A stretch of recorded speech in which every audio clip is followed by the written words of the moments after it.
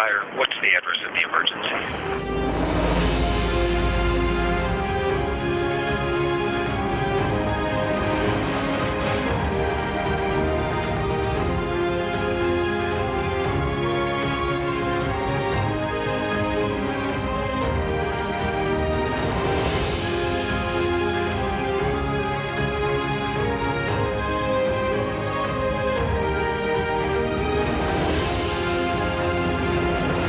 2017 was an extremely busy year for West Metro Fire Rescue.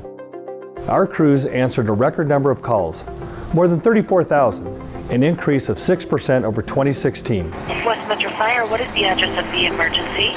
The people we serve are asking more of us, and as our district grows and changes, we're stepping up to answer their calls for assistance. Okay, sir, can you confirm that address, please? In 2017, West Metro was awarded accreditation by the Commission on Fire Accreditation International.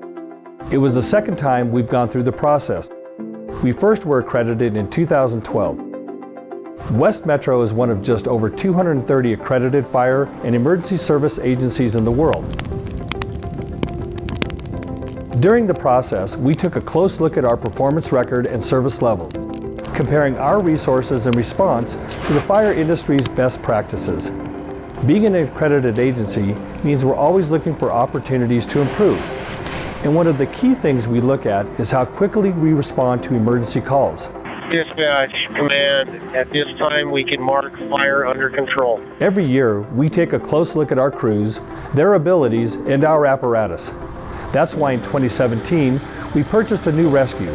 Rescue 10 is based at West Metro Station 10, home of the members of our technical rescue team. The rescue is a combination of a fire engine and a heavy rescue truck. The new apparatus allows us to get our firefighters out the door and on scene quicker and better prepared. We're proud of our special teams, and in 2017, not only did we send firefighters to help out on fires across the country, but we also sent crews to help out on hurricanes. West Metro is the host agency for Colorado Task Force 1, one of 28 Federal Emergency Management or FEMA Urban Search and Rescue teams. The members come from dozens of fire and rescue agencies across Colorado. The task force was sent to Texas for Hurricane Harvey and to Florida for Hurricane Irma. Engine 3, on a report of a dumpster fire. In the spring and fall of 2017, West Metro held 2 recruit academies, graduating 13 brand new firefighters. Some of the recruits had fire service experience before the academy, but many did not.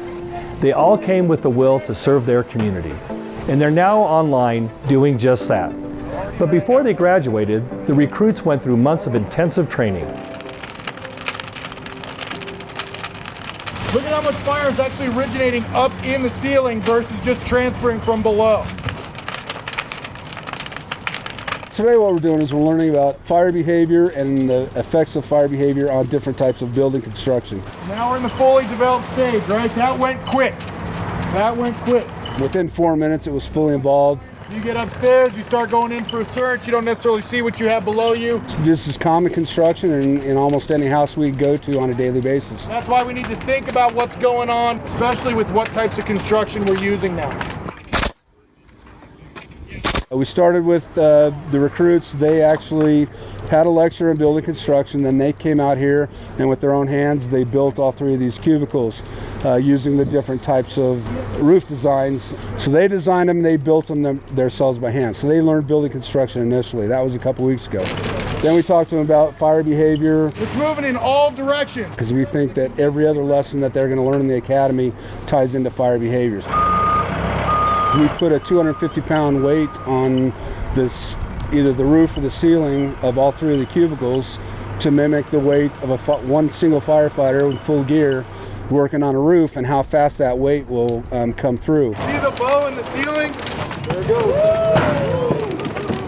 Once they get this lesson and they understand that by the time they arrive on scene and fires have been burning for a good 5 minutes before they even get on scene, they have very little time to get water on that fire and get it out before that room becomes untenable, or that building, the entire structure becomes untenable, and they're not able to do an effective firefight in a safe manner. 250 pounds came through the decking. We don't ever want to take fire for granted. You know, it's a dangerous profession. We're not trying to scare anybody, but we're also, want to be very realistic with these guys and let them know that, this is serious business. It's a dream for most people, but it's also very serious business, and they have to take it seriously. How long did that take to put out? Engine 3, on a report of a dumpster fire in the parking lot west of 3535 South Kipling Street. Today is our Recruit Academy Field Day. So they'll be running medical calls, trauma calls, they'll be running fire alarms, auto accidents. Engine 2, Medic 4, report of a motor vehicle accident at the northwest corner of the training center parking lot. You guys okay? What happened? We've kind of taken everything that we've taught them over the past 14, 15 weeks, and we've put them on real rigs with officers and engineers in the field. We hope they get more of a real life experience that they haven't seen in Academy yet.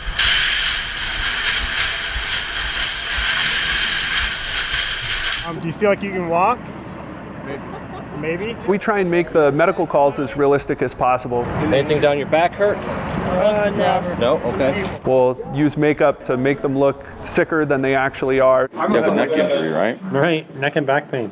Makeup helps because it gives them an injury to look at. Yeah, that does really good on faces. They'll get to see somebody who's more pale than they normally would, which would give them clinical indicators that they've got a cardiac problem going on. So we create this environment to replicate an actual patient that they're going to start coming into contact with in the next month once they're assigned to the line apparatus. Hey, Neil. We're looking just to see how they handle themselves on unpredictable calls. Hey, can we talk about them? Guy. We had scenarios where we actually had volunteers who their job was to try and get in the way or impede our firefighters and EMTs from doing their job. I'm going to start videotaping you guys. It's actually pretty realistic to what we see out online. From Field Day, I think our main objective is to recreate a day in the life of a normal firefighter here at West Metro. We're gonna help you out here. They graduate and they're fully functioning, they're ready to go and respond on calls when people call 911. All right, let's take him right to the back of the ambulance. During the academies, we partner with Castle Rock Fire and Tri-Lakes Monument Fire to train their recruits alongside our recruits. Partnerships among fire agencies are very important as we sometimes turn to each other for help during an incident. We call that mutual aid, and it's one way we're able to get more resources if we need them. And it's a way for other districts to ask for our help.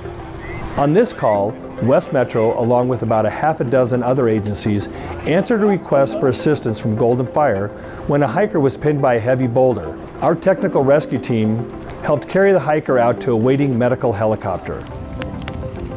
Our crews also lent a hand to Fairmount Fire on a fast-moving brush fire on South Table Mountain. It's vital for West Metro to have good working relationships with neighboring agencies. We called for assistance during a series of suspicious grass fires in the Green Mountain area in late 2016 and early 2017. And we partnered on a mitigation project later in the year with the City of Lakewood and a veterans organization.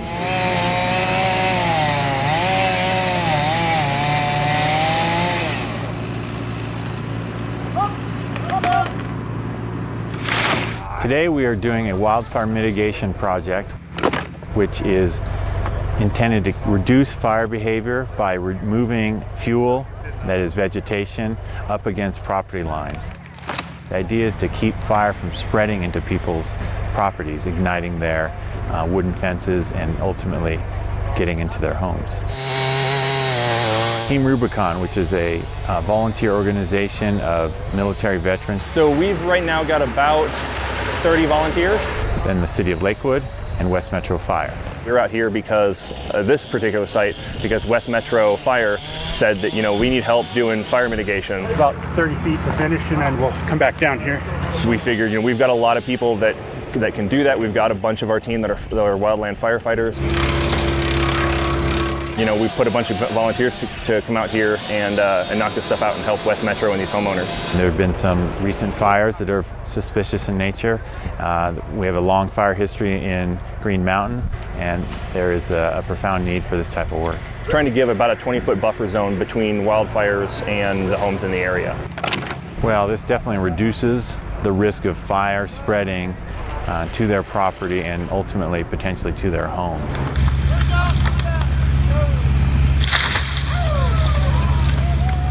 Wildfire is always a threat in our district, given the number of homes and neighborhoods close to open spaces and green belts. And we encourage homeowners to have a plan to be ready to evacuate quickly if needed. You can get a copy of the Ready, Set, Go guide on our website at westmetrofire.org. The guide has tips on mitigating around your home and how you and your family can be ready in case of an emergency.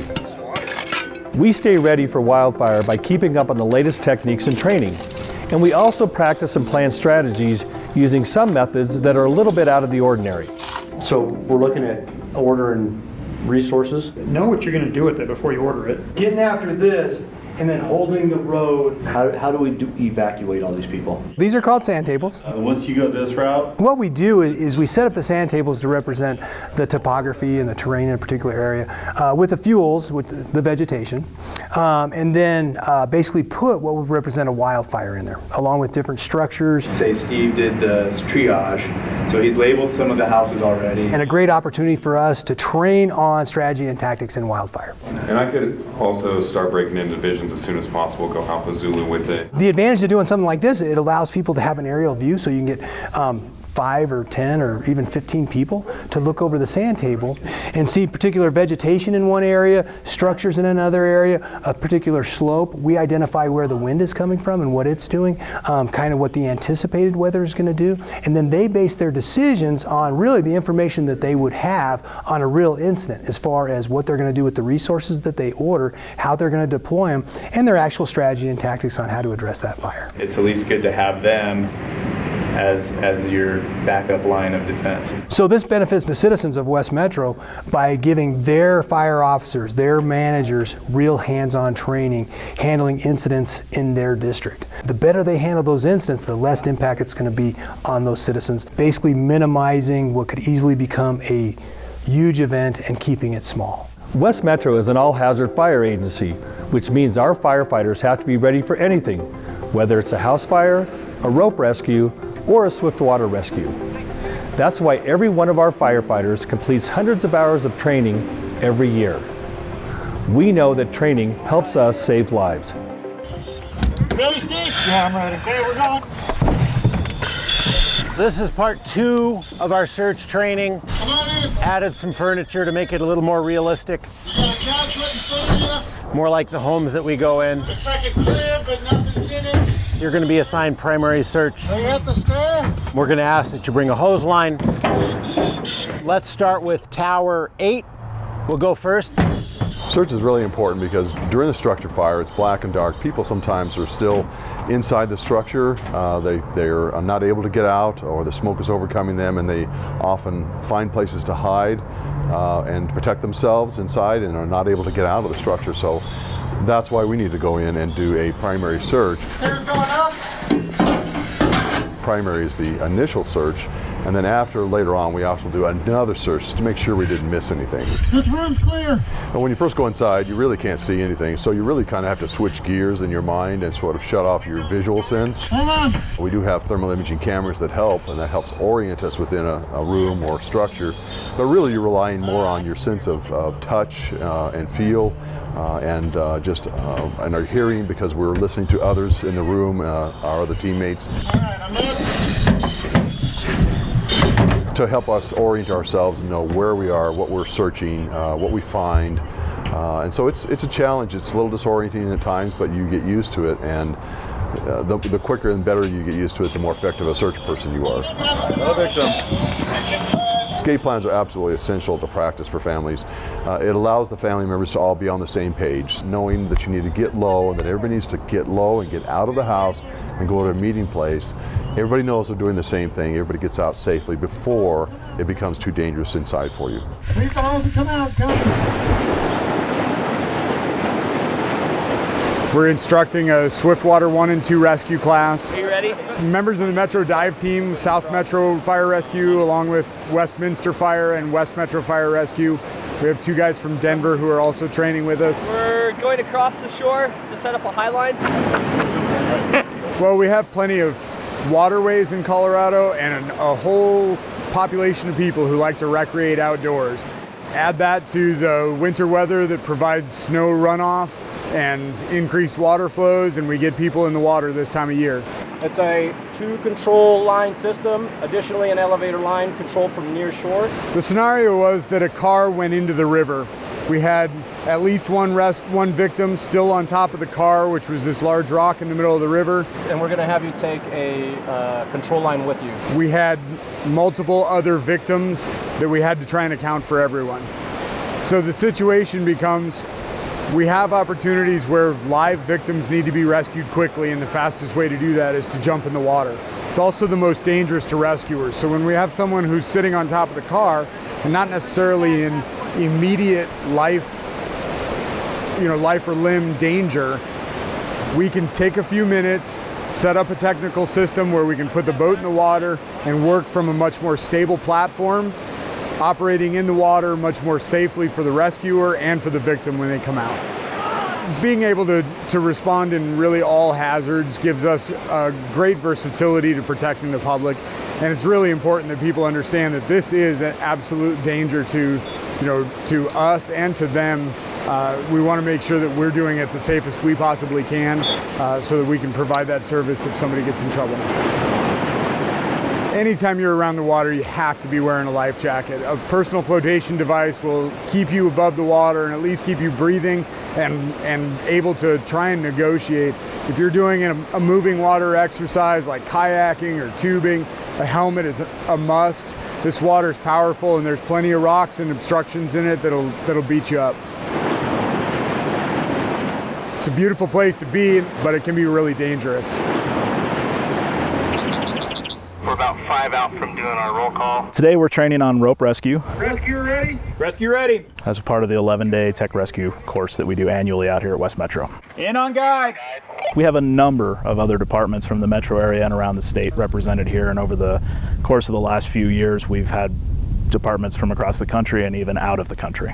In on guide. Being able to train here at Red Rocks gives us an opportunity to mimic some of our response area and also expose the students to natural terrain that will challenge them in the rope rescue discipline. So what they're doing is positioning the patient. The main point of this training is to efficiently, effectively, and safely remove a patient from terrain that is not easily accessed. Guide, stop. Bane down. Out on guide. It's like a dance. It's a smooth flow to keep the patient in a stable, quiet atmosphere, so there's not a lot of jerking to the system. Just kind of shimmy over the edge.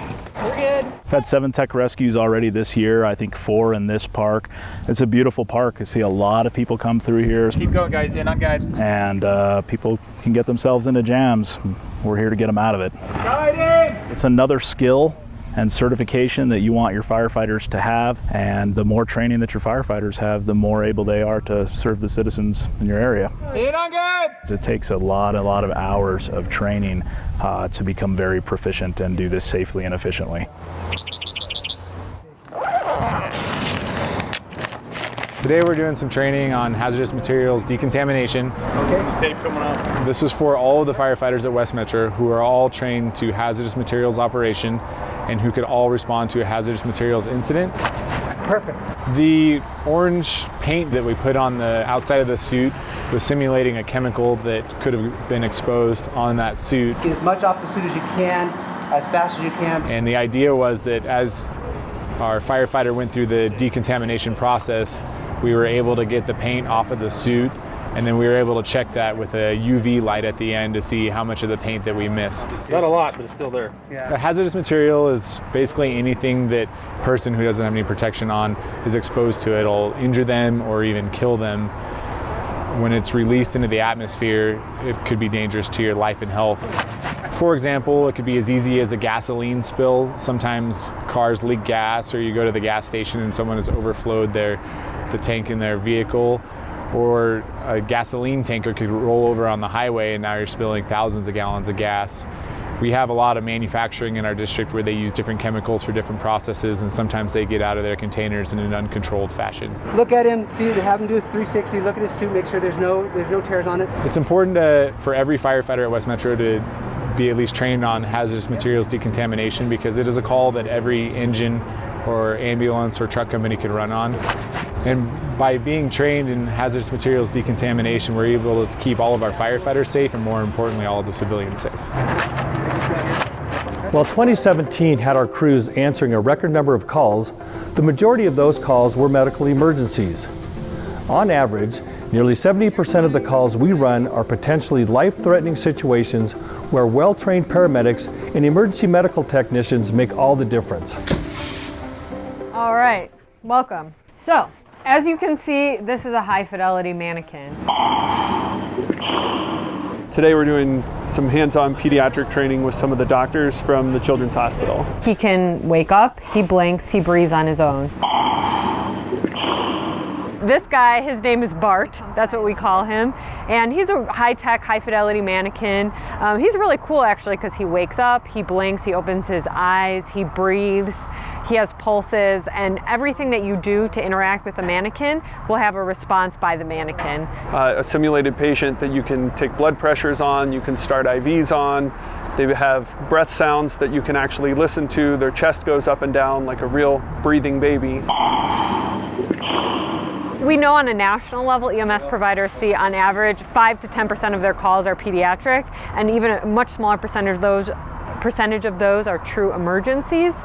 So we need to give them the exposure and training so that when they do see those kids, they're prepared. It definitely ups the game. So much of what we're striving for is to have the most realistic scenario that we can possibly come up with. What that does is it translates into better patient care. By being able to run these scenarios and be able to work with these physicians, it just yields greater confidence for our providers. We'll go ahead and get them on the heart monitor. We know that as a fire district, you call us when you have an emergency. But we're also part of the community we serve. Our firefighters and staff attend neighborhood events, teach kids about safety at school, and help city planners and builders ensure that new development meets the requirements of a safe community. We're your neighbors, and we care about you and your family. That's why one of our crews helped hang a family's Christmas lights after a homeowner fell from a ladder and had to be taken to the hospital. There you go. We're the crew that answered the call to rescue an owl stuck in a tree, wrapped up in fishing line. The crew that rescued 3 dogs from a storm drain. And we're the crew that came to help when a boy and his dad had an unusual request. My wife Kelly passed away about 3 years ago, and so on Sunday we were doing something to celebrate her for Mother's Day, and so my son Evan and I wrote a letter to her, which we do every year, and we tie it to some balloons and we send it out into the sky for her. Unfortunately, Sunday morning we let the balloons go, and at the last minute a big gust of wind took it right into, of course, the tallest branches of our tree in the front yard.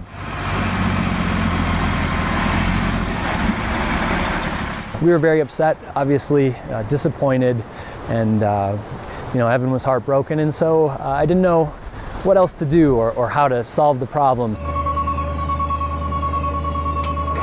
And so I contacted the folks at West Metro Fire District, and they were all kind enough and generous enough to donate their time and resources to come out and help us out. They came here today, took down the balloons, retrieved the letter that we had written, and we're just incredibly thankful for everything that they've done for us, and it was just a very kind gesture on a very hard day for us. It was a painful reminder, I think, to have in our front yard and have to look at regularly. It's something that is still difficult for both of us, I think, as we still learn to grieve. So, and we wanted the message to get there, and it's important to Evan to make sure that his mom gets that message one way or the other. So we got the letter back. We're gonna get some new balloons, and we will send it back up again, just next time, maybe in an open field somewhere far away from trees. From rescuing a boy's message to his mom, to responding to car crashes, structure fires, and medical emergencies, we expect you to call when you don't know who else to call. We value your trust to respond quickly and efficiently to every emergency, no matter how small. Please hurry. We are getting people out there. We're your fire district, and we believe in doing whatever it takes to serve.